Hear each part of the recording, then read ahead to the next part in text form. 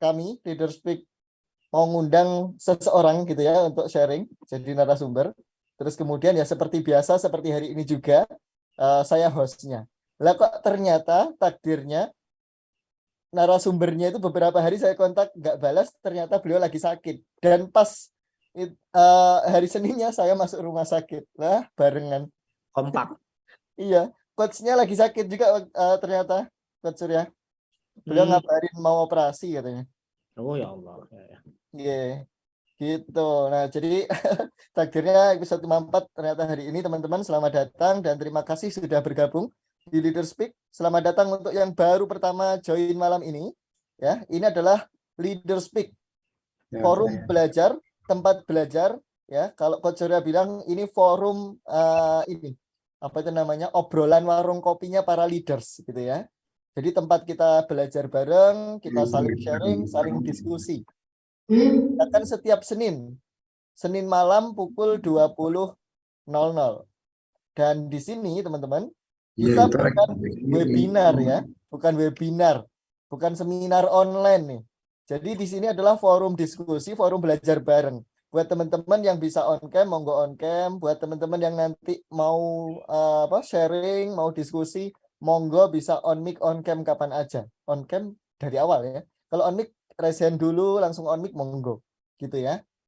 Kemudian Leader Speak Forum ini teman-teman, ya kalau di tahun lalu itu setiap pekan ya kita bisa bergantian begitu. Nah di tahun ini juga sama teman-teman. Monggo yang teman-teman pengen sharing bisa kontak saya nanti di nomor admin yang teman-teman daftar itu, ya. Nama saya Habibi. Kalau di situ tertulis Kanirana Coaching, itu adalah salah satu yang mensupport terselenggaranya Leader Speak Forum ini. Jadi Leader Speak ini disupport oleh Ganesha Public Speaking dan juga Kanirana Coaching gitu ya. Teman-teman monggo kontak saya yang pengen sharing ya, bisa nanti saya bantu untuk jadwalkan. Dan teman-teman, menariknya di Leader Speak Forum ini ya tidak pernah ada rekaman. Jadi sampai hari ini 54 episode, setahun lebih ya kita belajar bareng tiap pekan, itu nggak ada rekamannya. Jadi teman-teman silahkan bisa dimanfaatkan waktunya beberapa menit gitu ya, belajar bareng di Leader Speak. Yang mau nyatet monggo nyatet gitu ya. Kayak kemarin ada yang share catatan. Nah, bisa dimaksimalkan untuk belajar dan berdiskusi selama sesinya berlangsung. Jadi nggak ada rekamannya gitu. Harapannya adalah teman-teman dengan tidak direkam, teman-teman juga lebih nyaman buat sharing. Barangkali ada yang dirasa privacy. Kalau di-sharingkan di forum ini, kemudian rekamannya dibagikan keluar. Kalau teman-teman direkam kurang nyaman, nah dengan tidak direkam harapannya lebih bisa nyaman untuk kita sharing diskusi gitu ya. Bahasa lainnya mungkin curhat. Kesempatan curhat ini. Para leaders curhatnya kayak opo gitu ya. Nah, gitu teman-teman. Oke, tanpa berlama-lama lagi teman-teman, kita mulai dengan doa dulu ya. Semoga waktu yang kita luangkan malam ini, ilmu yang akan kita pelajari semuanya berkah untuk kita, manfaat untuk kita, bisa diimplementasikan untuk bisnis kita atau tempat kita bekerja sehari-hari. Berdoa menurut agama dan keyakinan masing-masing, dipersilahkan.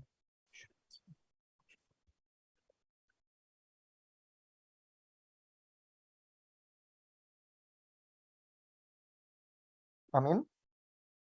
Dan teman-teman malam ini kita akan belajar bareng Coach Surya. Beliau yang menginisiasi Leader Speak juga ya. Teman-teman bisa dapatkan info Leader Speak minggu depan itu topiknya apa biar nggak lupa. Monggo bisa follow IG-nya Coach Surya. Beliau rutin ya nge-share info tentang Leader Speak. Atau IG-nya Leader Speak juga ada, leaderspeak.id. Nah di situ di follow dan nyalain loncengnya ya biar nggak lupa. Gitu teman-teman. Malam ini kita akan belajar dari Coach Surya. Topiknya adalah mitos gitu ya. Mitos pemimpin vs manajer. Nah, di sini siapa nih yang kubunya manajer? Siapa yang kubunya pemimpin? Nah, enggak usah angkat tangannya nanti terjadi pertumpahan darah. Nah, langsung aja kita belajar bareng dari Coach Surya. Kita berikan tepuk tangan virtual untuk Coach Surya. Silakan Coach. Oke, terima kasih. Suara saya kedengaran nggak? Kedengaran. Kedengaran Pak, kedengaran. Oke, jadi hari ini kita akan belajar tentang mitos pemimpin versus manajer ya, teman-teman. Kita diskusi ringan aja, ngobrol-ngobrol ringan, diskusi apa istilahnya ya, tukar pikiran. Termasuk juga kalau teman-teman ada case yang mau dibicarakan, boleh silahkan. Kegundahan saya tentang mitos ini sebenarnya bermula dari betapa banyaknya istilahnya apa ya? Betapa banyaknya tersebar ungkapan-ungkapan yang membandingkan keduanya dengan cara yang tidak seimbang gitu ya. Dan itu diamini. Nah, ini gawatnya. Itu diamini oleh banyak orang gitu kan. Yang kalau kita betul-betul menjalani sebuah organisasi, bisnis, punya tim, kita akan punya pandangan berbeda. Nah, saya mau buka buat teman-teman. Ya, ini saya bagi yang baru kenal, bagi yang sudah kenal ya sudah kenal gitu. Saya yang tadi disampaikan sama Mas Habibie, saya yang menginisiasi aja. Tapi yang sibuk ngulek-ngulek si Habibie itu kan. Saya inisiasi aja, yang ngelola, ngulek-ngulek segala macam, memastikan ada Habibie. Nanti teman-teman ikut berperan di Leader Speak ini untuk berbagi ilmu, insight, pengalaman juga. Silakan kita belajar bareng. Sebenarnya ini yang mau saya tunjukin. Keren ya. Pernah melihat semacam begini nggak?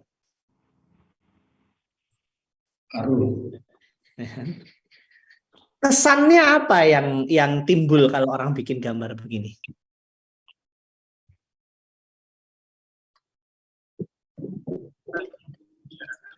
Kesannya apa? Nyuruh doang. Kalau saya melihat sih di sini nih Bang, kalau leader itu dia terlebih pada bagaimana menggait timnya untuk bekerja sama. Tapi kalau manajer dia menyerahkan semua pekerjaan kepada seluruh timnya, dalam arti dia lepas tangan, nih tugas lu semua kerjain, saya nggak mau tahu gitu kan. Tapi kalau dia leader ini, dia betul merangkul semua timnya untuk bekerja sama, untuk membangun sebuah tim yang baik untuk mencapai tujuan yang sama. Itu sih. Gitu ya. Jadi mending jadi leader daripada jadi manajer ya.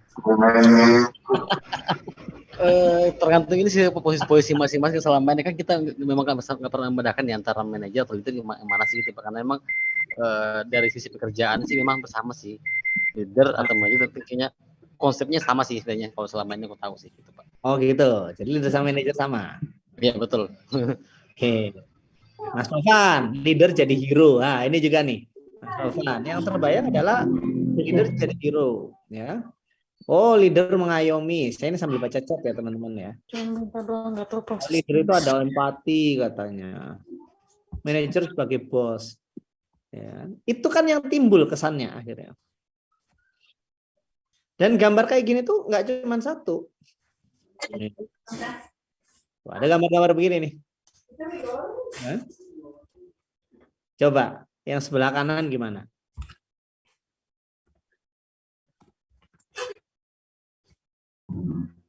Kalau leader itu di depan ngasih contoh. Kalau manajer ngerepotin anak buahnya. Kayaknya santai-santai aja manajer itu, anak buahnya yang kerja. Oh, atas nama Lutfi Andria. Kalau dari gambar manajer menuntun dari belakang, oh bagus. Interpretasinya beda. Tuh. Ya oke lah, gini kita pada akhirnya memang semua tergantung pada interpretasi. Tapi sebenarnya secara akal sehat, orang membuat kayak begini itu kita tahu lah tujuannya apa, beneran? Tujuannya membandingkan. Membandingkan. Kenapa pakai VS? Kenapa pakai versus? Dia ingin membandingkan dan ingin menyatakan bahwa kita jangan jadi, mending kita jadi seorang leader. Nah, ngapain pakai VS? Tapi gambar ini banyak. Nih, lihat. Tuh. Kalau leader, let's do it. Kalau manager, go and do it. Ada yang membahasakan dengan bahasa lain. Leadernya diganti, manajernya diganti bos. Leader versus bos. Tapi sebenarnya sama aja. Akhirnya begini, banyak orang yang tidak mau jadi manajer, pengennya jadi leader. Karena kayaknya jadi manajer itu kurang terhormat. Gitu. Ya. Saya maunya jadi leader, nggak mau jadi manajer. Yang berpandangan seperti itu, ya sejak awal salah secara konsep memahami. Karena kenyataannya, memang leader dengan manajer itu dua hal yang berbeda. Berbeda. Ya. Apa sih bedanya leader dengan manajer, teman-teman? Ayo. Menurut teman-teman apa? Bedanya leader dan manajer itu apa? Tadi Mas Irwan kan bilang sama. Sebenarnya beda. Kalau Oke. manajer itu dia dapat apa ya? Dapat label manajer itu dari sisi struktural ya di perusahaan atau di perusahaan. Tapi belum tentu juga manajer itu juga punya sisi kepemimpinan. Tapi kalau leader bisa jadi dia tidak mendapatkan posisi atau jabatan secara struktural, tapi dia mampu memengaruhi orang-orang dalam timnya. Gitu. Ada pendapat lain? Ini kita nggak bicara jabatan ya teman-teman ya. Kita bicara dalam tataran peran. Perannya leader, perannya manajer. Kita sedang tidak bicara jabatan. Jadi saat kita menyebut manajer itu bukan berarti kita menggunakan jabatan manajer, atasannya supervisor, bawahannya general manager. Bukan ya. Bukan itu. Tapi kita bicara peran. Peran manajer. Ya. Apa bedanya? Kalau manajer itu lebih banyak mengatur, sementara leader itu memberikan contoh yang baik. Oh, leader itu memberi contoh yang baik, kalau manajer itu ngatur. Leader mengatur, leader memimpin. Itu Mas Umar Azwir itu Mas Umar ya ini ya? Mas Umar Itu Memo Pro. artinya. Mas Azwir ini Umar Memo Pro bukan? Iya, Mas Umar ya. Manajer mengatur, leader memimpin. Itu mengartikan ke bahasa Indonesia, Mas Umar. Ya. Izin, Pak. Ya. Kalau menurut saya, manajer itu tidak terlibat langsung ya. Tapi kalau leader itu memang terlibat langsung dalam melaksanakan pekerjaan itu. Sehingga leader ini benar-benar memahami anak buahnya, dan dia menjadi role modelnya. Kalau manajer ini hanya mengatur. Oh, hanya mengatur. Ya. Oke, sebentar. Setuju. Saya menarik dengan kata ini ya. Mengatur kenapa harus pakai hanya? Ayo teman-teman. Dan saya yakin yang berpandangan seperti ini tidak hanya satu orang. Kenapa mesti kata mengatur menggunakan kata hanya? Kalau leader begini, kalau mengatur hanya begini. Nah, berarti kita sekarang memandang leader itu something big than manager. Benar nggak? Ayo. Benar kan? Oke. Ya. Pak Misbaudin, management is about coping with complexity. Waduh, leadership is about coping with change, kata Kotter. Ya. Itu definisi menurut Kotter. John Kotter. Jangan main game ya, Ki. Tolong.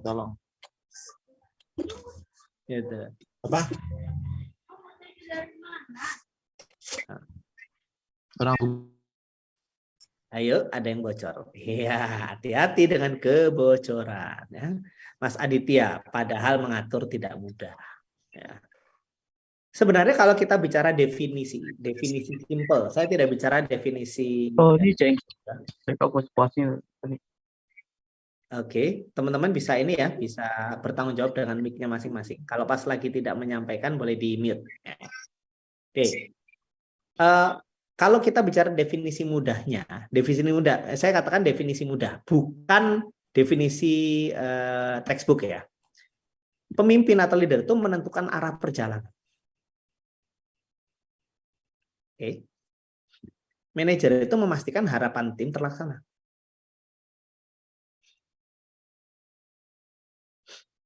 Misal, bayangkan saya adalah kapten kapal. Saya kapten kapal. Oke. Saya menentukan kemana arah ini, arah kapal ini berlayar. Sayalah pemimpinnya. Apakah kalau misalnya saya sebagai kapten kapal sudah menentukan arah ke sana, lalu kapal akan bergerak? Apakah begitu? Ayo. Apakah kalau saya sebagai kapten kapal mengatakan, oke, kita berlayar ke arah sana, lalu kapal akan bergerak? Tidak, tanpa tentu melaksanakan. Apa yang akhirnya membuat kapal bergerak? Pengemudi. Ada yang ngemudi. Kenapa lagi? Nakoda. Oke, nakodanya. Apa lagi? Ada bagian maintenance mesin, betul nggak? Mesinnya jalan. Ya kan, ada maintenance mesin, ada yang meriksa mesin, ya kan, ada yang nyetir, ada bahkan ada yang ngosek lantainya supaya bersih, ada yang nyiapin makanan buat semua yang bekerja di sana, betul nggak? Yang mengatur semua hal yang saya sebut tadi itu namanya manajer. Oke? Yang mengatur semua tadi itu namanya apa? Manajer. Manajer. Pemimpin menentukan arah. Loh, berarti jadi pemimpin gampang dong. Gitu. Apakah lalu kalau jadi pemimpin itu gampang?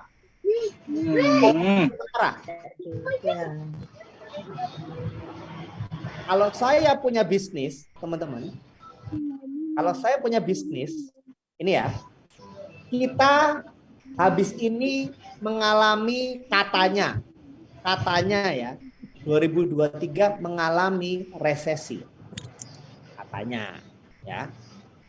Tentunya kita perlu pelajari lagi seperti apa. Tapi yang namanya pemimpin mesti lihat apa yang di depan.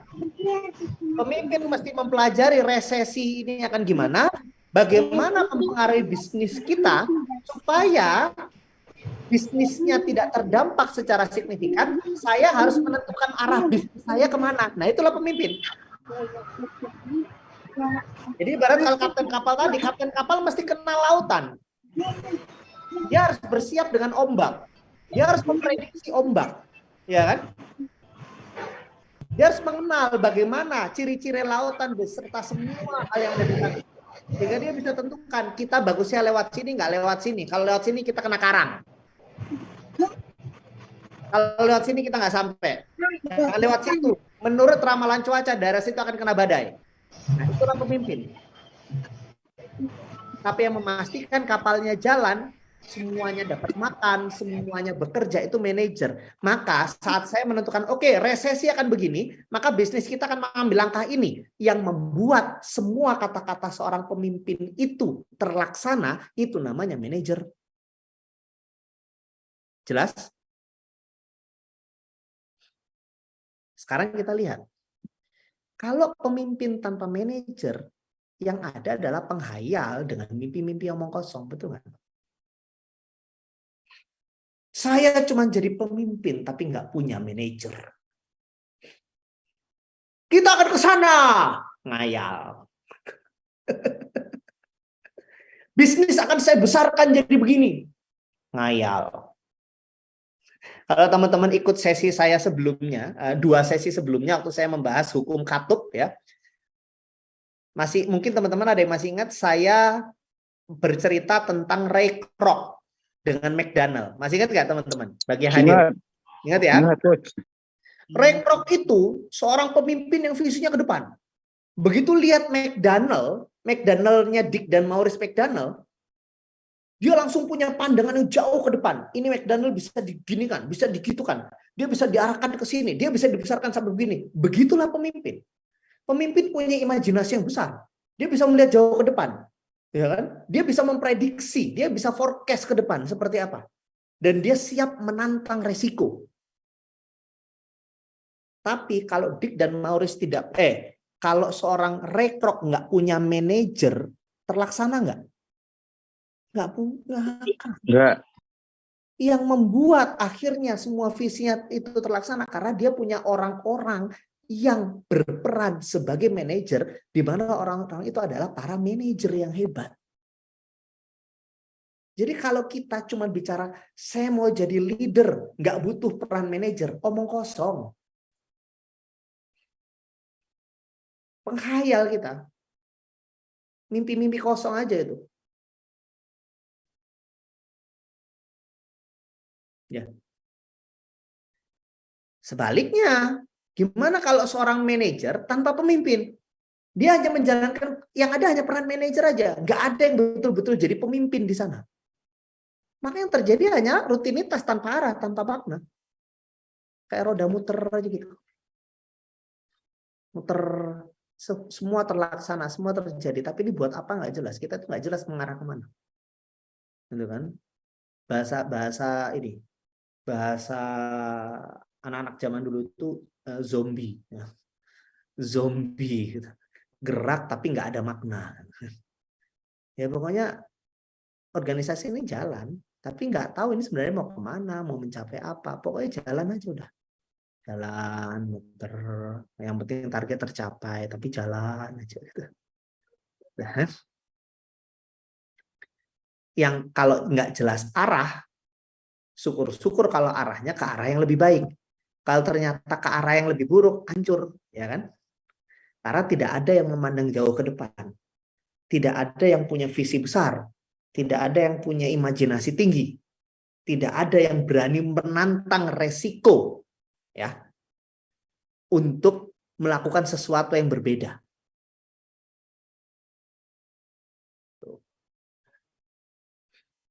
Nah, ada pertanyaan sekarang, Mas Iksan Maulana.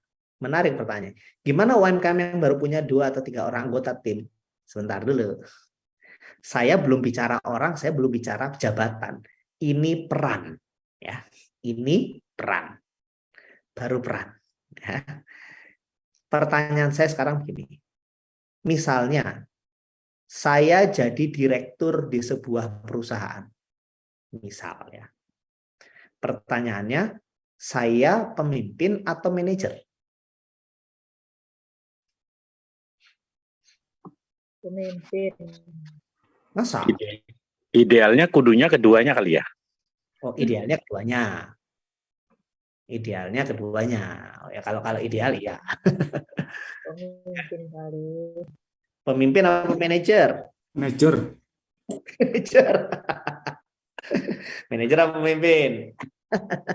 Saya CEO. CEO pemimpin, Pak. Pemimpin. Kalau ya. direktur dia manajer, Pak. Saya pemimpin.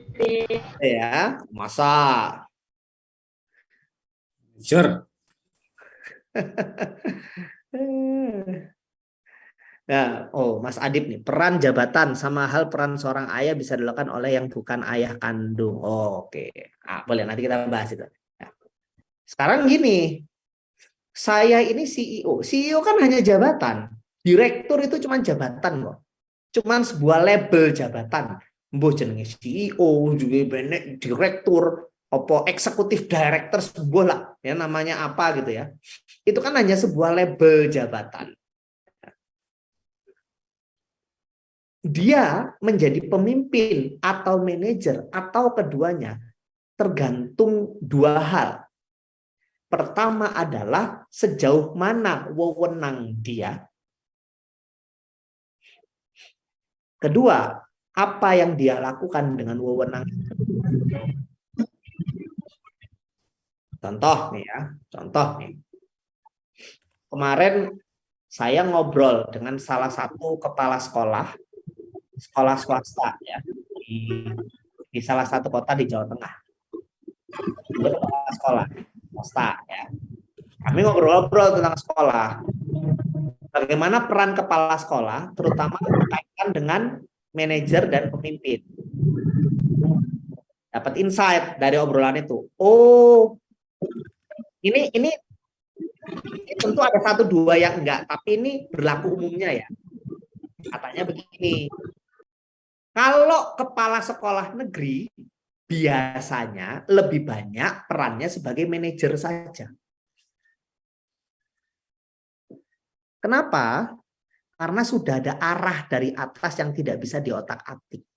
Kepala sekolahnya itu cuma menjalankan apa yang diarahkan dari atas. Gimana ini supaya jalan? Itu tok. Ya. Oh, itu peran manajer. Tapi kalau di swasta banyak yang nggak gitu katanya. Karena biasanya yayasan melepas itu membebaskan. Berarti kepala sekolah punya kuasa lebih untuk menentukan arah sekolah ini mau dibawa kemana. Oh, berarti kalau seperti itu kepala sekolahnya punya peran sebagai pemimpin. Nah, pertanyaannya sekarang, direkturnya punya wewenang apa? Sejauh mana wewenangnya? Apakah direktur itu diberi wewenang oleh ownernya untuk menentukan arah perusahaan atau tidak? Kalau direktur itu punya wewenang untuk menentukan arah perusahaan, artinya dia misalnya bisa, contoh ya, bahkan punya hak untuk menentukan model bisnis yang digunakan oleh perusahaan itu. Bisa menentukan pasar mana yang disasar. Bahkan bisa menentukan kalau bidang bisnis ini sudah nggak relevan, boleh membuka bidang bisnis yang baru. Bahkan CEO itu boleh mengubah visi misi perusahaan. Maka dia perannya sebagai pemimpin. Tapi kalau CEO itu semua sudah ada koridornya dari owner, ya kan? Pokoknya gini, kamu tinggal pastikan tolong ini terlaksana ya, wahai CEO. Maka CEO itu adalah Manajer. Tapi kalau misalnya di UMKM atau UKM ya, misalnya kadang-kadang owner berperan juga sebagai director, kadang-kadang malah double, dia pemimpin iya, manajer iya. Nah, kayak gitu. Ya. Begitu. Ada pertanyaan tentang dua hal ini? Kalau dalam kasus CEO tadi jadi manajer, berarti pemimpinnya adalah para owner. Lingkaran rapat pemegang sahamnya itulah para pemimpinnya, gitu loh. Apakah buruk? Enggak. Itu sih kebijakan masing-masing perusahaan aja. Ada yang memang misalnya begini, contoh ya. Kadang-kadang ada perusahaan-perusahaan tertentu yang memang para ownernya itu punya idealisme yang nggak boleh diotak-atik. Maka kalau jadi CEO di sini, ya jangan otak-atik terlalu banyak. Cukup fokus pada operasional sehari-hari saja, selesai. Maka di situ CEO-nya jadi manajer saja, pemimpinnya para pemegang sahamnya itu. Gitu ya. Gitu.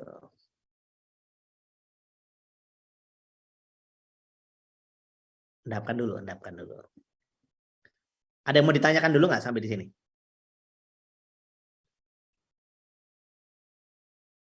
Jeng. Nah, Mas Ismail, siap.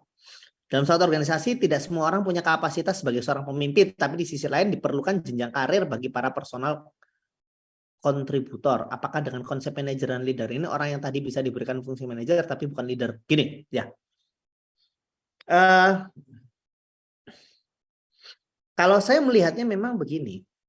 Pada akhirnya pemimpin dengan manajer ini ya dua fungsi yang berbeda aja. Fungsi ya, saya belum bicara jabatan ya. Fungsi yang berbeda. Ada loh orang-orang yang memang tidak punya kapasitas sebagai pemimpin. Ada. Contoh misalnya, diajak Kalau di bayanganmu perusahaan ini bakal 5 tahun ke depan bakal seperti apa? Nggak kebayang aku. Kan ada orang-orang gitu ya. Nggak kebayang, aku nggak ngerti gitu. Tapi kalau disuruh menyelesaikan agenda harian gitu, rapi, jalan, disiplin, beres. Berarti kapasitas terbesarnya adalah sebagai seorang manajer. Maka tempatkan dia di posisi-posisi yang membutuhkan peran manajerial. Manajer. Jangan dipaksa jadi posisi-posisi yang memikirkan arah perusahaan gitu loh. Nanti harapannya bisa membayangkan yang jauh, tapi yang dilihat di depan mata tok gitu loh. Loh, tapi ada loh sebaliknya, orang-orang yang kapasitasnya sebagai pemimpin itu gede. Dia itu kalau udah bicara berpikir besar ya. Dia bisa memprediksi segala macam di depan. Dia orangnya pengambil resiko siap untuk menantang, siap untuk berkorban, tipe Ray Kroc lah ya. Tipe Ray Kroc. Tapi begitu disuruh mengeksekusi, kalau dia yang disuruh mengeksekusi sendiri hancur. Kalau dia harus ngatur gitu ya. Ngatur ini dikerjakan siapa? Ini nanti load kerjanya seberapa?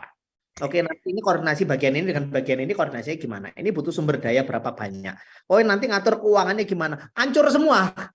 Berarti dia punya kapasitas sebagai pemimpin, tapi lemah sebagai manajer. Jangan dipaksa jadi manajer.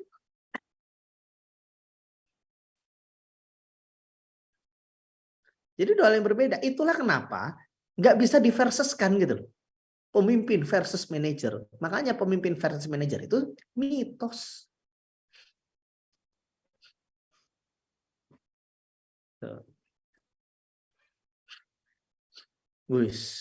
Kalau seperti itu, maka pada praktiknya siapa perlu mengikuti siapa? Gimana maksudnya? Pertanyaannya gimana nih, Mas Ismail? Ya, Coach. Kan tadi manajer itu kan berarti menata ya, mengatur sesuatu yang dibumikan lah gitu ya berarti ya. Ya.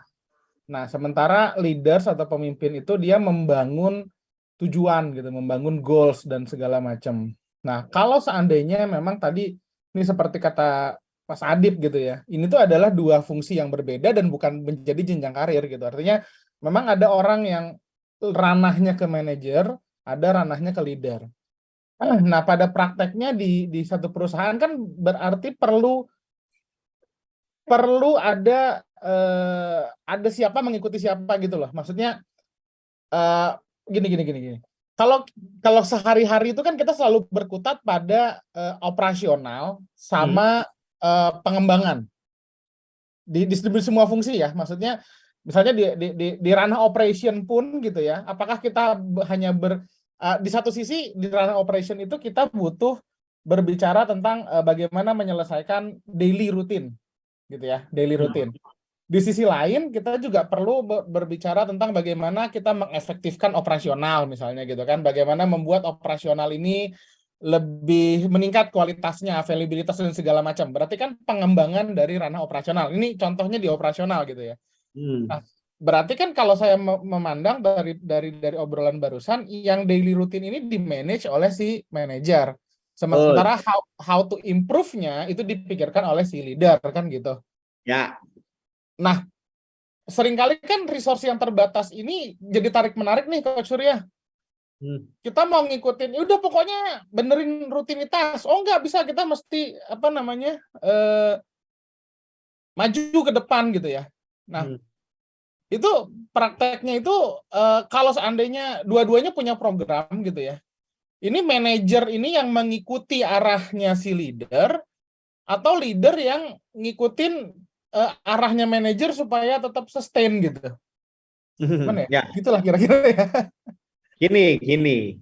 Berhubung ini adalah peran, ini adalah dua peran ya. Maka belum bisa kita pisahkan secara distintif seperti itu kalau kita sudah menyangkut person. Ini kan kita baru peran ya. Dua peran berbeda. Tapi belum tentu di orang yang berbeda loh. Benar nggak? Sekarang gini misalnya. Seorang manajer, orang yang berperan sebagai manajer, dia CEO, tapi perannya manajer, ya, bisa gitu kan? Dia memastikan day to day jalan sesuai dengan SOP, sesuai dengan rencana. Nah, di dalam menjalankan peran manajernya, oke, dia butuh memimpin orang nggak? Kira-kira.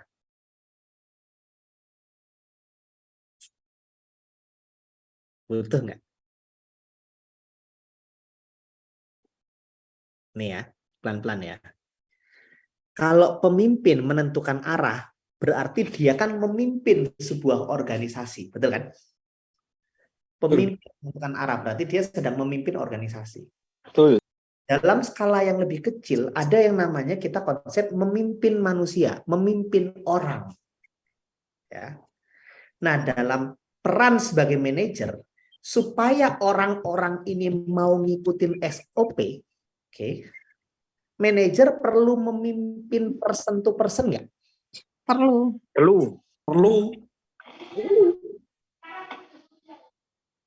Perlu. Maka sebenarnya meskipun peran utamanya manajer, dia tetap perlu jiwa kepemimpinan. Harus. Yes. Nah, sekarang begini, sebaliknya perannya pemimpin. Perannya pemimpin, ya. Tapi dia, meskipun dia tidak sampai, kalau hanya peran pemimpin murni, dia kan tidak sampai pada bagaimana daily to daily basisnya kan, betul kan? Karena itu peran sebagai manajer. Kalau hanya peran pemimpin, tapi saat menjalankan peran sebagai pemimpin, dia tetap perlu nggak untuk mengecek, menanyakan, meminta laporan supaya bisa mengecek progres ke arah tujuannya. Atau bahkan mungkin dia bisa menilai sebenarnya tujuan saya ini ke arah yang benar atau enggak. Kadang-kadang kan mesti dinilai dari apa yang terjadi di lapangan, betul nggak? Betul. Nah, perlu nggak seorang pemimpin ini punya kemampuan manajerial yang baik? Perlu. Walaupun tidak sampai excellent, tapi paling tidak nggak nol banget lah. Iya, betul. Itulah pada akhirnya saya juga meragukan kalau sudah bicara pada person, maka pemimpin dan manajer betul-betul terpisah di orang yang berbeda. Memang kita bicara, misalnya ya, kita melihat misalnya kita melihat seorang CEO misalnya. Kita bisa menilai dari apa yang dilakukan dan wewenangnya dia. Peran yang paling banyak dia lakukan ini peran leader. Perannya manajer. Tapi dalam menjalankan peran itu, dia tetap perlu peran satunya pada dirinya sendiri bahkan. Saat dia menjalankan peran pemimpin, dia juga perlu punya kemampuan manajerial. Saat dia menjalankan peran sebagai manajer, dia tetap perlu memimpin orang. Itulah kenapa saya meragukan kalau ini pada person, pada orang harus dipisahkan secara distintif. Maka makin memperkuat kenapa harus diverseskan gitu loh. Karena seringkali di lapangan pemimpin yang baik itu biasanya mampu memanage. Benar nggak? Betul. Dan manajer yang baik itu biasanya mampu memimpin. Yes. Maka berbahaya kalau yang kayak begini-begini ya, membuat kita hanya mau jadi leader tapi ogah menjadi manajer. Akhirnya jadi penghayal gitu. Kita akhirnya jadi penghayal, punya dream, punya visi, punya impian. Wah, mimpi kosong. Tapi terlaksana. Terlaksana. Minimal memilih manajer untuk menjalankan itu adalah bagian dari peran manajerial, betul nggak? Ya. Saya pemimpin, saya nggak bisa jalanin sendiri. Saya perlu orang lain untuk menjalankan as a manager. Tapi memilih seorang manajer untuk menjalankan adalah bagian dari peran manajerial yang saya lakukan. Betul nggak? No. Iya. betul. Ya, betul. Jadi kalau saran saya kepada setiap orang yang memimpin, saran saya nih ya, kepada setiap orang yang memimpin, ya, kembangkan dua-duanya. Kembangkan kemampuan kita sebagai pemimpin, kembangkan kemampuan kita sebagai manajer. Duanya. Walaupun pada akhirnya kita nanti setiap orang pasti akan beda-beda, ya. Contoh misalnya si A dengan si B. Mungkin si A kemampuan manajerialnya akan lebih baik dari si B. Si B kemampuan pengaruhnya, melihat visi ke depan itu akan lebih baik dari si A. Nggak apa-apa. Tapi paling tidak si A dengan si B sama-sama terus mengembangkan kemampuannya memimpin dan kemampuannya memanage. Itu terus yang dikembangkan.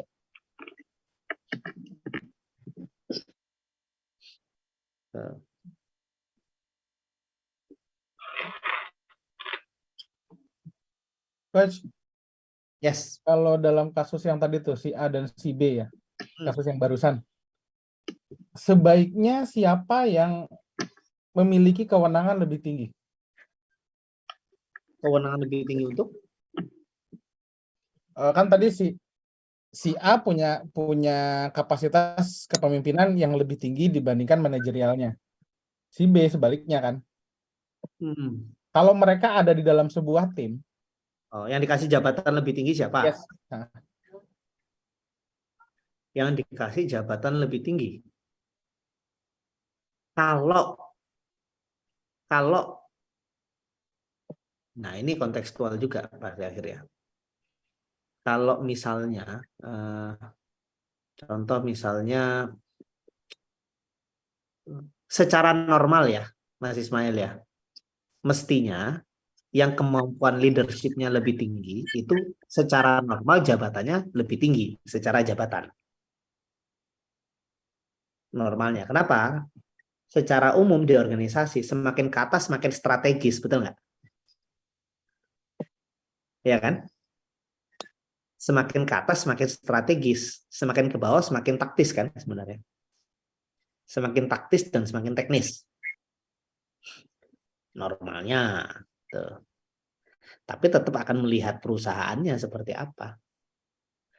Misalnya nih, kalau misalnya di perusahaan yang direkturnya aja lebih banyak menjalankan peran manajer, jangan-jangan yang leadership-nya gede itu malah nggak cocok di situ. Nanti bentrok mula sama owner kan, bener nggak? Gitu. Tapi normalnya secara jabatan karena semakin ke atas semakin strategis, maka yang leadership-nya besar semakin di atas. Itu kalau dikonversikan ke jabatan ya. Monggo kalau ada pendapat lain. Itu menurut saya aja. Ada pertanyaan lagi?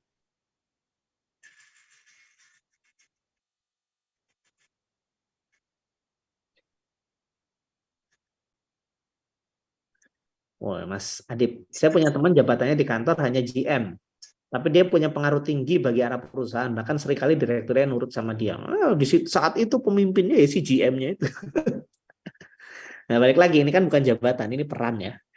Bahwa dalam kasus yang disampaikan Mas Adib di chat itu, ya GM-nya lah sang pemimpin. Gitu. Karena memang namanya kepemimpinan tidak terikat oleh jabatan. Jabatan hanya sebuah nama. Yang punya pengaruh dialah pemimpinnya. Gitu. Yang menentukan arah dan diikuti. Nah, itulah pemimpinnya. Ada kasus apa lagi yang mau didiskusikan? Monggo. Karena teman saya anaknya owner dan selesai kuliah dari luar negeri masuk ke perusahaan bapaknya. Bergengsi ya.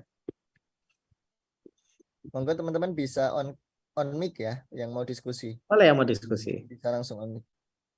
Makanya sebenarnya sambil saya lanjut ya, pemimpin dan manajer ini bisa ada pada satu orang sebenarnya. Gitu. Orang yang sama, ya kan? Mas Wildan, peran manajer yang ideal seperti apa agar tidak melampaui kewenangan leader?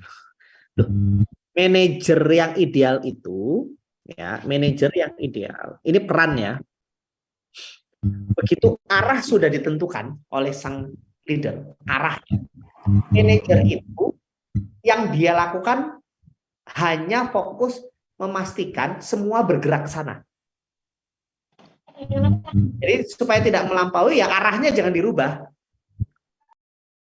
Arahnya jangan dirubah. Gitu. Gitu Mas Wildan.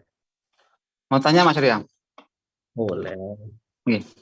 Ini Mas, kebetulan di tempat kami itu ini Mas, berapa manajer lah ini Mas, dia punya ini Mas, punya kemampuan yang dia itu sering kadang apa ya, punya pembeda, punya ide-ide ke depan, dan itu ada beberapa orang Mas.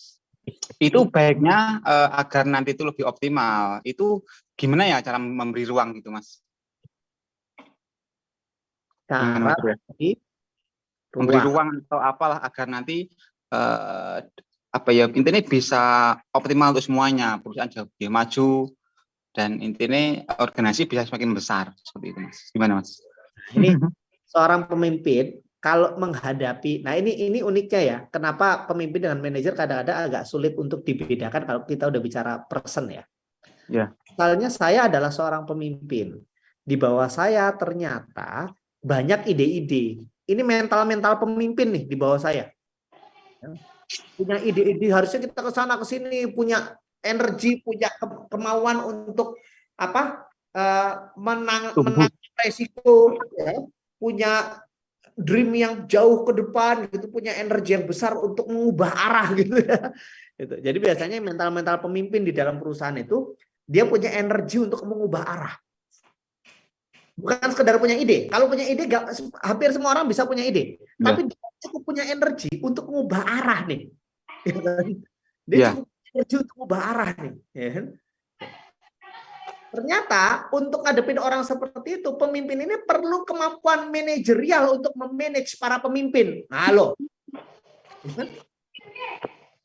Jadi kemampuan manajerial untuk memanage para pemimpin itu adalah kemampuan manajer pada level tertentu. Kan makin akan sulit dibedakan kan? Ayo seorang pemimpin itu nggak boleh dipisahkan dari kemampuan manajerial.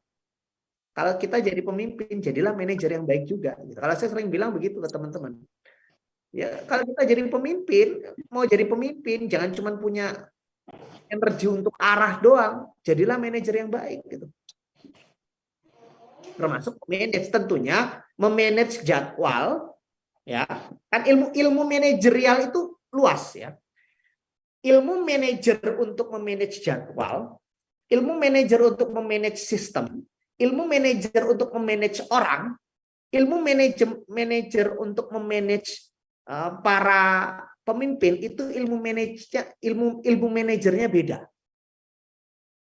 Teknik-teknik manajerialnya beda.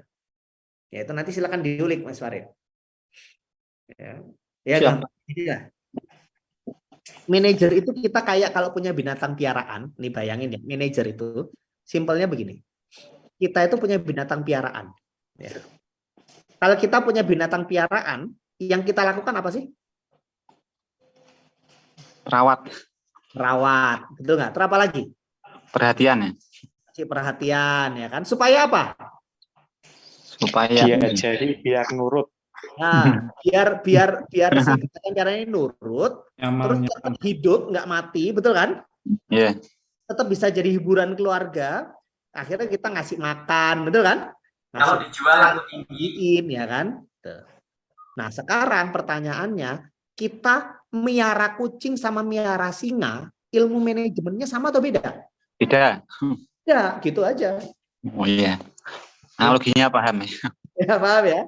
Iya. Miara kucing sama miara singa beda ilmu manajemennya. Udah dipahami. Gitu. Tapi kalau jadi manajer itu memang analogi binatang piaraan itu enak tuh sebenarnya. Miara tanaman juga ya Coach.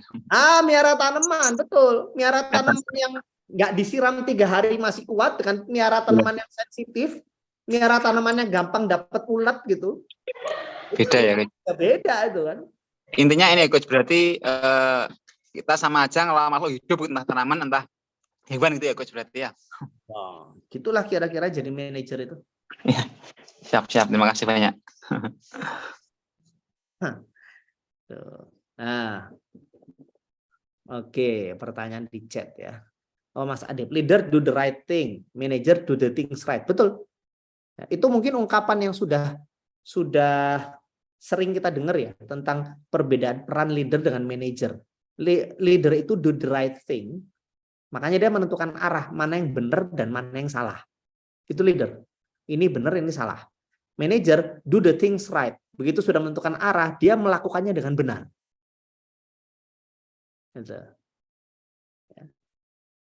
Dan pernyataan ini tepat untuk membedakan dua peran ini.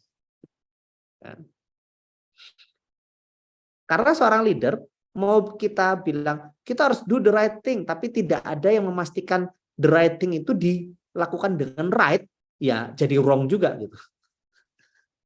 Melakukan sesuatu yang benar, tapi tidak dengan cara yang benar, maka akan nggak benar, kan gitu ya? Wuyeng ya. Melakukan sesuatu yang benar, tapi tidak dengan cara yang benar, maka jadi nggak benar gitu loh. Itu contoh gimana peran leader doang, tapi minus peran manajer.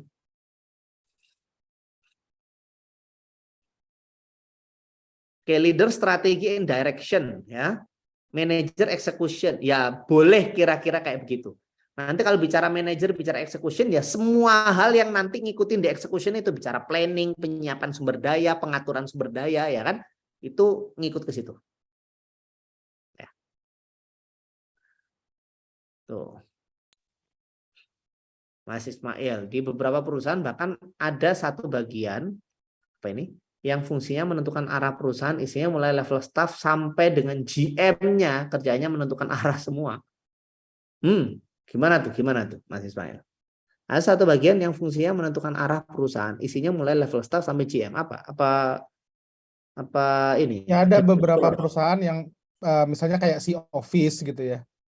Dia si office itu kan isinya ada staffnya gitu, atau misalnya ada departemen strategi gitu kan, bisnis strategi itu kan satu bagian itu fungsinya nentuin arah perusahaan semua gitu, mulai dari staff paling kroconya sampai GM-nya sampai pemimpin paling tingginya. Benar, berarti apa bisa dibilang mereka sebenarnya leader semua ya? Nah, tergantung besarnya wewenang yang dia punya dan apa yang dia lakukan dengan wewenang itu. Itu aja. Apakah besarnya wewenang itu sampai pada menentukan arah? Itu satu. Ya kan? Atau hanya mengelola yang ada. Kedua, apa yang dia lakukan dengan itu? Nah, itu yang menentukan sebenarnya peran dia lebih banyak di pemimpin atau di manajer. Ya. Mas Wildan, jika arahnya leader tidak sesuai dengan analisa manajer, artinya beda pandang arah. Bagaimana manajer menyikapinya? Ya, nature-nya manajer itu ngikutin leader. Ya kan ini dong kalau analogi kapal tadi, staf dapur kan nggak mungkin ngelawan si kapten kapal kan. Tiba-tiba staf dapur bilang ke sono. Jadi kalau manajer secara murni, gini Mas Wildan, kalau manajer secara murni, dia tidak akan peduli dengan kemana itu mengarah. Oke? Manajer secara murni ya. Dia nggak akan peduli dengan kemana itu mengarah. Fokus dia hanya gimana yang terlaksana. Oke? Nah, maka jika arahnya leader tidak sesuai dengan analisa manajer, berarti sang manajer ini melakukan proses analisa terhadap arah, betul nggak? ya kan? Melakukan analisa terhadap arah. Sebenarnya seorang manajer ini dia mengeluarkan sisi kepemimpinannya di situ. Itu yang terjadi Mas Wildan sebenarnya. Saat manajer melakukan analisa tentang arah perjalanan, maka manajer ini mengeluarkan sisi kepemimpinannya. Oke. Nah, sekarang bagaimana kalau itu terjadi? Ingat, di dalam satu tim, ya, jangan sampai ada dua matahari istilahnya. Itu bisa pecah. Ya. Makanya, bagaimana manajer yang punya jiwa kepemimpinan ini menyikapi? Ya sudah, bicarakan sama sang pemimpinnya. Sepakati yang mana. Begitu sudah menyepakati yang mana, maka yang pendapatnya tidak diambil, legowo, ngikut, selesai. Yang nggak boleh itu gini, Misalnya nih, saya punya usul nih ya, kepimpinan saya misalnya. Saya punya usul.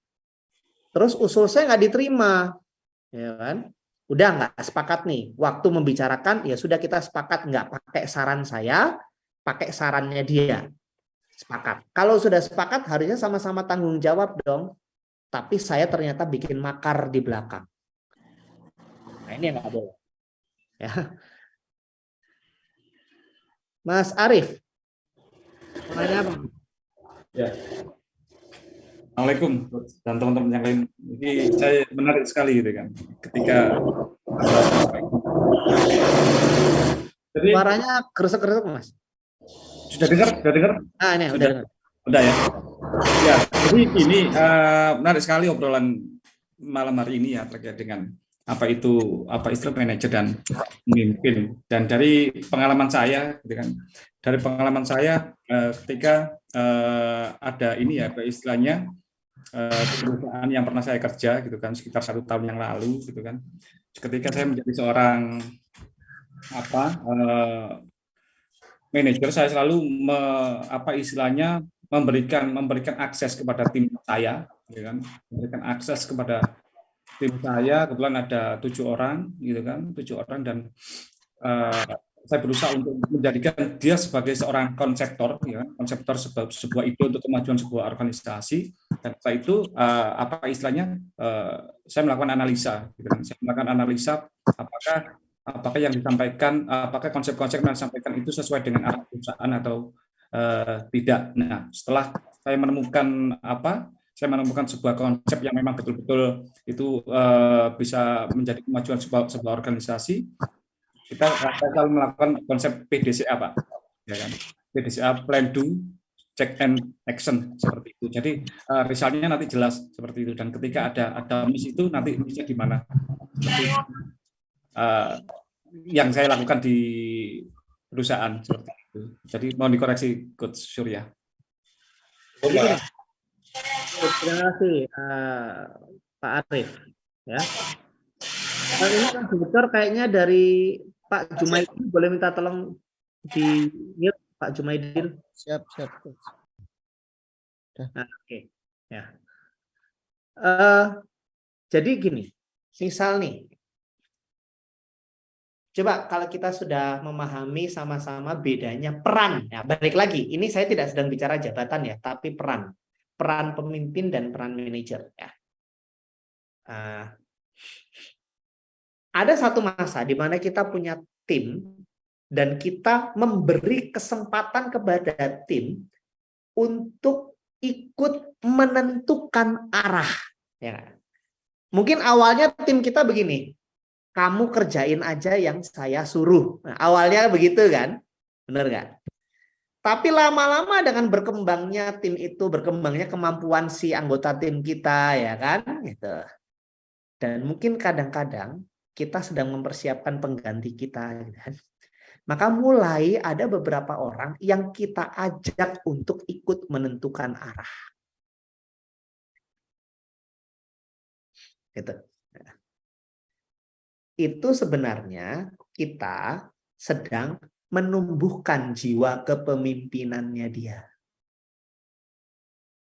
Tuh. Contoh kalau bicara menentukan arah kan tidak selalu jadi CEO yang menentukan arah perusahaan. Tim kecil aja misalnya. Tim kecil aja misalnya. Kita adalah saya tim produksi. Ya. Apa sih bedanya peran pemimpin dan manajer di dalam produksi? Kalau peran manajer di dalam produksi, maka kita menjalankan apa yang berjalan sehari-hari di area produksi supaya berjalan dengan benar. Peran pemimpin sebagai manajer produksi adalah melakukan analisa lebih dalam sehingga kita bisa menemukan pendekatan-pendekatan baru yang memperbaiki cara-cara lama dalam produksi. Nah, itu sebenarnya peran pemimpin, ya kan? Terjadilah proses inovasi, pengembangan gitu. Jadi kita kalau sebagai manajer produksi, bukan berarti kita hanya jadi manajer, kita bisa jadi pemimpin untuk wilayah kita. Nah, dalam proses itu, kita nggak pingin cuman berpikir sendirian. Ada anak buah kita yang kita ajak. Misalnya diskusi tentang kira-kira di area produksi ini, apalagi nih yang bisa kita perbaiki. Kira-kira supaya ini, kita udah bagus nih, Tapi mungkin dihemat nggak? Oh, dia akhirnya punya ide. Pak, sebenarnya kalau kita itu melakukan ini itu, kita itu bisa melakukan penghematan sampai 1/3, Pak. Jadi ibaratnya kita cuma keluar biaya sekitar 66%. Gitu. Biaya operasional kita cuma 66% aja. Kalau kita melakukan ini. Oh, layak dicoba. Gitu kan? Berani ikut menanggung resikonya nggak? Ayo Pak, siap. Saya siap ikut ngerjain, saya siap ikut mengawal, saya siap ikut bertanggung jawab Pak. Dengan segala resiko yang terjadi dengan ide ini Pak. Wah, dia mengeluarkan jiwa kepemimpinannya di situ. Ikut menentukan arah, siap menanggung resiko, ya kan? Dan berpandangan jauh ke depan. Dan biasanya kita melakukan itu untuk mempersiapkan dia jadi pemimpin berikutnya. Ya, itu bagus, Pak. Pak Arief. Jelas ya? Jadi ini sekaligus meluruskan ke teman-teman bahwa yang namanya jadi pemimpin itu tidak selalu harus menentukan arah perusahaan. No. Kita memimpin tim kecil. Nah, balik lagi. Kita punya wewenang nggak? Kita jadi misalnya nih, kita jadi manajer R&D atau HRD misalnya kan. Sejauh apa wewenang kita di HRD itu? Dan apa yang kita lakukan dengan wewenang itu? Apakah kita di sana jadi pemimpin atau manajer? Nggak ada yang lebih baik, nggak ada yang lebih buruk. Tapi kita di sana melakukan apa? Kita sekedar menjalankan yang seperti biasanya dijalankan saja, dan itu rapi gitu ya. Ya, sudah yang ada begini kita jalankan, kita pastikan day to day-nya selesai. Atau kita memang bermain dengan resiko untuk selalu mencari ladang-ladang baru, cara-cara baru, ya kan, pendekatan-pendekatan baru, pengembangan-pengembangan baru, gitu. Ada pertanyaan lagi, teman-teman?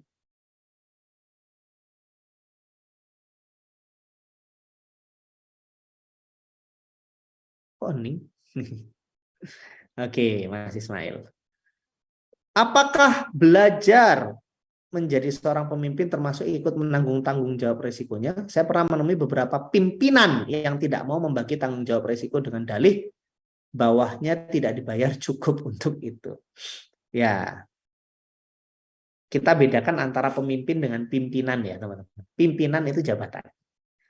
Atasan itu ya disebutnya pimpinan gitu. Tapi sebesar apa kepemimpinannya, nah itu udah beda urusan. Tapi yang namanya pemimpin itu menanggung resiko memang. Kalau kita mau jadi pemimpin, the real leader itu siap menanggung resiko. Itu the real leader. Kalau misalnya kita tidak siap dengan resiko kebaruan, berarti kan menjalankan yang selama ini ada, ya jadilah manajer yang baik aja, sudah.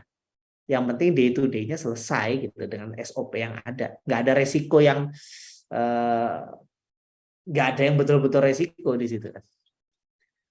Jadi kalau misalnya kita mau membangun jiwa kepemimpinan kita, maka kita mesti selalu siap dengan resiko. Ya, itulah kenapa.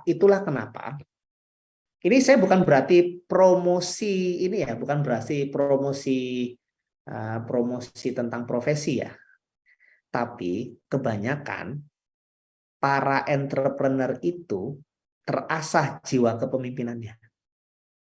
Oke. Para entrepreneur itu terasah jiwa kepemimpinannya. Kenapa? Karena berkutat dengan resiko setiap hari. Menentukan arah, ya kan? Berpandangan ke depan, menentukan arah, menyiapkan diri menanggung segala resiko dari itu. Gitu, Mas Ismail. Pak Arief, gimana Pak Arief? Ya, memang gini Pak, seorang leader itu kan memang ya itu tadi harus menanggung sebuah macam resiko keputusan yang diambil seperti itu. Jadi pengalaman saya sih memang gini, ya kan, sebelum menentukan sebuah arah ini resikonya ini bagaimana, kita selalu melakukan untuk risk analysis ya Pak ya, risk analysis, bahwa ketika kita memutuskan sesuatu ini dengan resikonya seperti ini, yang minim seperti apa, kan seperti itu. Jadi itu yang harus dilakukan seperti itu. Kalau menurut saya seperti itu. Jadi ya resiko pasti ada, gitu kan. Tapi ada dua pilihan, resikonya besar atau yang kecil gitu. Resiko pasti ada, gitu kan. Jadi seorang leader kalau mengambil resiko yang apa istilahnya yang besar, gitu kan, itu ya dengan apa ya? Ya artinya harus melakukan risk analysis seperti itu. Ketika melakukan sebuah decision maker seperti itu. Nah, nanti begitu kita begitu kita sudah melihat resikonya, maka seorang pemimpin menggunakan kemampuan manajerialnya untuk memanage resiko. Betul. Tapi keputusannya menantang resiko itu keputusan seorang pemimpin, gitu loh. Betul. Ya kan? Betul. Keputusannya menantang resiko itu adalah keputusan seorang pemimpin. Lalu dia memakai kemampuan manajerialnya untuk memanage resiko itu, gitu teman-teman. Betul, setuju. Ya seperti itu maksud saya. Thank you Pak. Sama-sama. Oke, Mas Wildan. Kira-kira antara leader dan manajer untuk skala marah yang lebih tinggi, mana lebih tinggi? Kalau marah itu hanya sebuah teknik, Mas Wildan. Siapapun bisa. Marah itu ya tergantung. Semua peran sebagai pemimpin maupun peran sebagai manajer, kalau perlu marah, marahlah. Gitu. Nggak bisa dikatakan skala marah yang lebih tinggi yang mana. Nggak bisa. Kasuistis dan kontekstual itu. Gitu ya Mas Wildan. Gimana Pak Arief? Marah itu kan, kalau leadernya marah, manajernya marah, ya perusahaan ya buyar Pak. Jadi gini, banyak orang Pak, gitu. Banyak orang, kita juga sama-sama belajar menjadi seorang leader ya Pak ya, menjadi seorang leader, menjadi seorang pemimpin dan seperti itu. Nah, dalam buku yang pernah saya baca, pengarangnya lupa. Jadi saya banyak belajar melihat YouTube-nya Pak Ari Ginanjar, Pak Ari Ginanjar seperti itu. Dan ternyata kecerdasan secara intelektual gitu kan. Kecerdasan secara intelektual itu hanya berlaku kalau nggak salah 20% aja. Intelektual. Ya pun sekolahnya tinggi gitu kan. Sekolahnya di atas gunung lah, S1, S2 atau S3, sekolahnya di atas gunung sekalipun, kalau dia tidak memiliki kecerdasan secara emosional dalam memimpin itu sebuah kesalahan yang fatal seperti itu. Jadi saya pernah juga mendapatkan apa istilahnya seorang manajer atau leader yang tidak bisa menguasai seperti itu gitu kan. Akhirnya protol satu-satu gitu kan. Dan itu bisa menjadi pelajaran saya gitu, ketika saya menjadi seorang pemimpin atau manajer, ketika saya bekerja di salah satu perusahaan di Surabaya seperti itu. Jadi kalau untuk marah yang cantik lah, marahnya seperti apa? Ya, sebenarnya gini, bicara soal marah ya teman-teman ya. Ya, thank you Pak. Ini tricky ya. Terima kasih Pak Arief. Yang ini yang saya yakini ya. Marah itu nggak dilarang. Marah itu nggak dilarang. Boleh. Seorang leader itu boleh marah. Asal satu, ada 2 syarat. Syarat pertama adalah waktu marahnya itu memang sudah dihitung efektif mengubah orang. Jadi bukan isu personal. Saya marah sama kamu, bukan karena aku benci sama kamu, bukan. Tapi kamu itu berubahnya kalau dimarahi. Gitu. Jadi marahnya tidak boleh jadi isu personal. Itu pertama. Malah kalau ke orang yang perlu dimarahi kita nggak marah, itu malah salah. Kalau misalnya ke orang yang perlu marah kita nggak marah, nanti yang dia nggak merotol, tapi anak buah yang lain merotol. Soalnya apa? Bosku nggak tegas. Yang lainnya yang merotol nanti. Kita malah kehilangan orang-orang terbaik. Jadi asal bukan isu personal. Itu satu. Ini yang saya yakini ya. Kedua, kapan kita marah? Kalau memang marah itu betul-betul ditujukan untuk menunjukkan bahwa penting loh buat kamu tidak melakukan itu. Gini, karena persepsi orang itu kadang-kadang kita itu nggak bisa mengontrol persepsi orang ya. Saat kita berusaha, ini dalam beberapa kasus ya. Saat saya misalnya ke Mas Farid bilang gini, Mas Farid nggak boleh, itu nggak boleh dilakukan. Buat saya itu terlarang banget. Tapi karena Mas Farid melihat saya ngomongnya sambil senyum, Mas Farid itu nggak boleh dilakukan ya. Maka Mas Farid bisa aja menilai itu sebagai sesuatu kesalahan yang kecil doang gitu loh. Maka dengan saya marah, saya nunjukin bahwa itu kesalahan yang sangat besar. Jangan sekali-kali diulangi.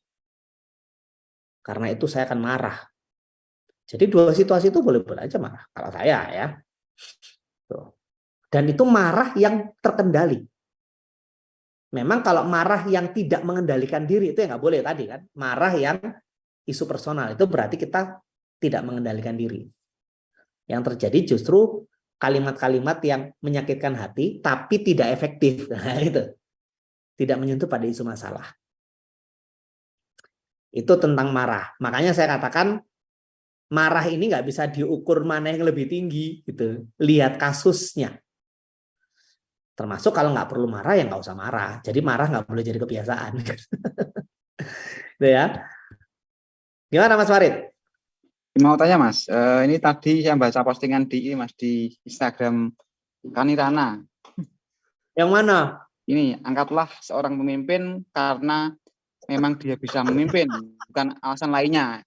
Itu Ya, Mas, ini agak dalam juga Mas, karena disampaikan juga bahwa kerja terbaik belum tentu bisa menjadi pemimpin terbaik. Nah itu Mas, misalkan kita ngangkat seorang leader atau itu dampaknya apa Mas? Misal kita kok gampang kok apa ya, mungkin memaksakan karena nggak ada pilihan lain kita milih itu, terus nanti padahal di sini sampaikan bahwa bukan ada, intinya nggak ada alasan lain selain ini Mas, dia bisa memimpin itu gimana Mas? Dampaknya dikala kita sudah melakukan hal yang terlanjur gitu. Jadi dampak buruknya. Ceritanya terlanjur mengangkat pemimpin yang salah begitu. Misalkan ada juga sebagian tempat ada yang di situ sebenarnya dia belum punya jiwa leadership yang kuat, tapi karena di situ nggak ada pilihan lain ya akhirnya diangkat. Itu gimana Mas? Seperti itu. Ya apa-apa. Nah ini juga di sini kan Mas, nggak ada pilihan lain, itu dari yang disampaikan di postingannya gimana? Kalau nggak ada pilihan lain ya sudah. Tapi kita mesti tahu resikonya. Gini loh gitu. Mas. Gini. Nggak ada orang lain. Ya, tidak ada orang lain. Berarti kan resikonya kita harus mengembangkan kapasitas kepemimpinannya dulu sambil jalan. Betul nggak? Betul. Artinya yang namanya mengembangkan kapasitas itu kan bukan sesuatu yang sebentar. Iya, proses. Maka ekspektasi kita juga jangan ketinggian. Oke. Bahwa misalnya nih, nggak ada orang lain. Kita ngangkat dia sebagai pemimpin. Lalu kita langsung berekspektasi dia itu melakukan breakthrough. Gitu. Ya. Terus demi supaya dia bisa melakukan breakthrough, kita putarkan dia dari seminar ke seminar, pelatihan ke pelatihan, semua pelatihan kita kasih ke dia gitu. Dia lama-lama nggak kerja, dia ikut pelatihan mulu, ahlul workshop jadinya. Gitu kan, malah nggak kerja dia gitu. Jadi kita ekspektasinya mesti diatur. Sabar kalau dia masih belum bisa memimpin dengan baik, kadang-kadang masih harus didampingi. Ya sabar kalau dia keberhasilannya masih belum sesuai yang diharapkan, ya sabar gitu kan ya. Sebenarnya gini Mas Farid. Nah, ini adalah proses Mas Farid, misalnya Mas Farid yang punya perusahaan ya. Maka Mas Farid ini sebagai pemimpin kan mesti memilih ya. Sebenarnya nggak ada istilah nggak ada orang itu. Ada orang sebenarnya. Kalau nggak dari internal perusahaan, ya ambil dari luar, bener nggak? Ya, benar. Iya kan? Ya.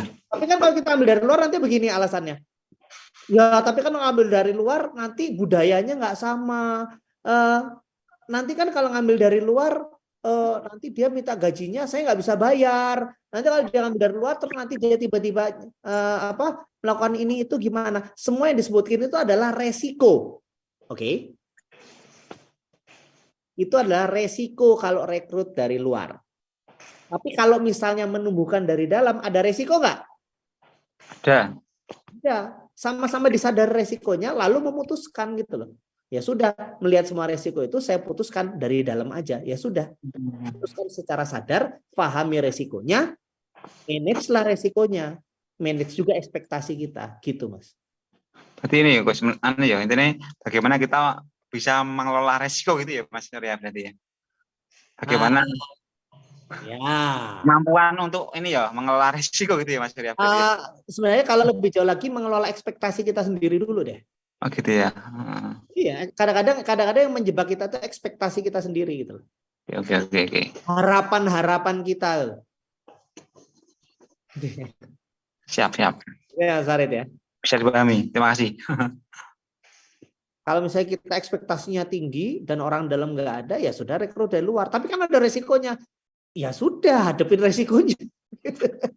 Semua keputusan ada ini ya, Gus ya, konsekuensinya gitu intinya ya. Iya, semua keputusan ada risikonya. Nggak ada keputusan tanpa risiko. Nah, itu yang mesti dipahami setiap pemimpin. Ya. Itulah kenapa tidak semua orang bisa memimpin. Karena tidak semua orang siap dengan resiko sebuah keputusan. Itu jiwa kepemimpinan. Mas Surya. Mas Surya melanjutkan pertanyaan yang tadi, Mas. Boleh. Sebetulnya kan ada pilihan ketiga kan ya, Mas ya. Apakah mengangkat orang yang memang kapasitasnya belum masuk, dipaksa diangkat, artinya didudukkan dulu baru nanti dididik gitu kan. Yang kedua tadi kan ambil dari orang dari luar yang sudah matang ya, dengan segala konsekuensinya yang tadi. Kan sebetulnya ada opsi ketiga, biarkan kosong. Oke, menarik, biarkan kosong. Kan? Biarkan kosong dan bisa jadi gini, bisa jadi rotasikan orang-orang yang di dalam situ untuk bergantian memimpin gitu kan ya. Bisa. Nah, sebetulnya lebih bijak mana ya, mengangkat orang yang kan gini. Saya lupa di sesi kita yang mana ya, Coach Surya kan pernah bilang membangun kapasitas seorang pemimpin itu begitu susahnya sampai seolah-olah pemimpin itu dilahirkan karena memang dididik sejak lahir gitu ya. Ya. Kalau nggak salah kan kita sempat bahas di kelas, saya lupa kelas leadership apa yang learning talks gitu ya. Nah, artinya mendidik seorang pemimpin kan juga nggak gampang dan kalau memang ada orang yang kapasitasnya bukan pemimpin di dalam tim kita. Sementara kita juga tidak dimungkinkan mengambil orang dari luar, misalnya dalam perusahaan ada MPP dan segala macam ya, manpower plan yang strict gitu misalnya. Berarti kan ya mau nggak mau kita ngambil dari tim. Lebih baik mana sih kita mengangkat orang yang tidak match kapasitasnya atau biarkan saja kosong? Oke, jawaban saya ya, lebih baik yang berhasil.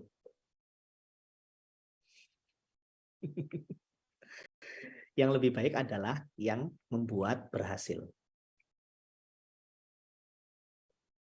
Masalahnya kan berhasil ini kan lag indikator kan. Ya. Kita ada dalam kondisi lead nih. Ya, sebenarnya sebelum kita bicara lead dengan lag, berhasil itu bukan taunya sekarang, taunya nanti, ya nggak? Ya kan? Taunya nanti. Maka memang yang namanya keputusan, nah ini satu hal yang dihadapi pemimpin tapi tidak selalu dihadapi oleh manajer, ya. Ini satu hal yang selalu dihadapi, hampir selalu dihadapi pemimpin tapi tidak selalu dihadapi manajer. Saat pemimpin mengambil keputusan, kita baru bisa mengetahui keputusan itu lebih tepat atau enggak, lebih benar atau enggak, lebih bijak atau enggak, atau apapun bahasa kita baru bisa tahunya nanti. Ya. Tapi keputusannya harus diambil kapan? Sekarang. Itu susahnya. Kita baru tahu nanti benar atau enggak. Tapi harus diambil sekarang. Saya ambil contoh misalnya. Saya sering cerita tentang ini deh, contoh deh. Yang baru-baru ini. Saya mau cerita tentang Jokowi dan kebijakannya terhadap vaksin. Ya. Saya mengatakan ini berusaha melihat objektif. Tidak melihat siapa pendukung siapa. Ya. Jokowi waktu dulu bersama Luhut menetapkan bahwa vaksin, kalau perjalanan wajib vaksin, kalau masuk ke mall wajib vaksin. Oke. Kebijakan itu ditertawakan oleh banyak orang. Ya enggak? Pro kontra. Ada yang bilang kebijakannya tidak bijak. Ada yang bilang kebijakannya bijak. Benar nggak? Terutama yang paling banyak ditertawakan itu adalah kebijakan masuk mall waktu itu. Tapi kenyataannya berhasil nggak? Berhasil nggak? Berhasil nggak mendorong orang-orang Indonesia pada rebutan vaksin? Berhasil. Berhasil. Maka saat berhasil kita bisa katakan kebijakan saat itu benar. Waktu lagi diputuskan pro kontra, kita nggak tahu ini bijak enggak, benar enggak. Tapi saat itu sebagai pemimpin harus ngambil keputusan. Tapi begitu di akhir kita lihat berhasil, termasuk yang dipuji dalam skala internasional kan, kebijakan vaksinnya, keberhasilannya di Indonesia itu skala vaksinnya tinggi sekali untuk sebuah negara yang penduduknya banyak loh ya. Maka kita bisa bilang, oh keputusan dulu itu bijak, berhasil. Ya mungkin memang sudah mengenal gayanya orang Indonesia ya. Orang Indonesia itu kalau ayo vaksin, wow itu banyak tuh WhatsApp tentang konspirasi segala macam. Tapi begitu masuk mall harus pakai vaksin. Kalau enggak boleh masuk. Baru berbodoh-bodoh vaksin. Oh mungkin gayanya orang Indonesia memang begitu gitu loh. Itu adalah sebuah kebijakan yang dibuat berdasarkan pertimbangan lokal yang tidak bisa diterapkan di negara lain. Tapi di Indonesia works. Ya kan? Keputusan itu kayak gitu Mas Ismail. Jadi kalau ditanya mana yang lebih bijak, nggak tahu. Tapi putuskan aja. Yang diprediksi akan lebih berhasil yang mana. Nah, diprediksi ini pertimbangannya kontekstual berdasarkan apa yang terjadi saat itu. Gitu ya, Mas Ismail ya. Gitu.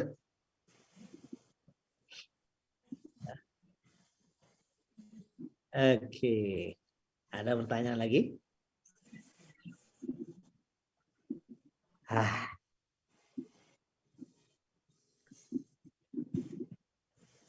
Nah, teman-teman, jadi pada dasarnya balik lagi, kita kembali ke yang tadi, ke awal.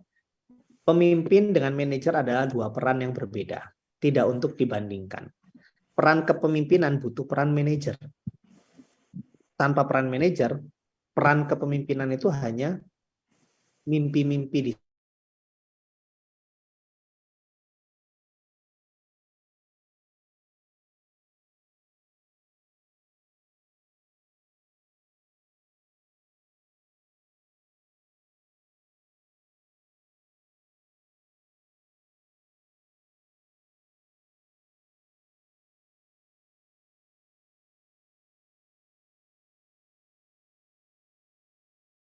menjadi manajer, kuasailah kemampuan memimpin.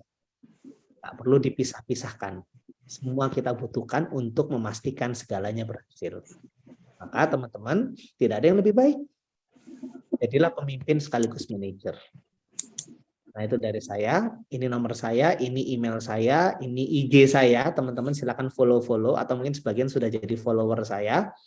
Itu monggo kita bisa lanjutkan ngobrol baik di grup Leaderspeak ataupun via chat di IG. Saya ucapkan terima kasih. Saya kembalikan kepada Mas Habibie. Oke, terima kasih banyak Coach Surya, dan teman-teman boleh kasih tepuk tangan.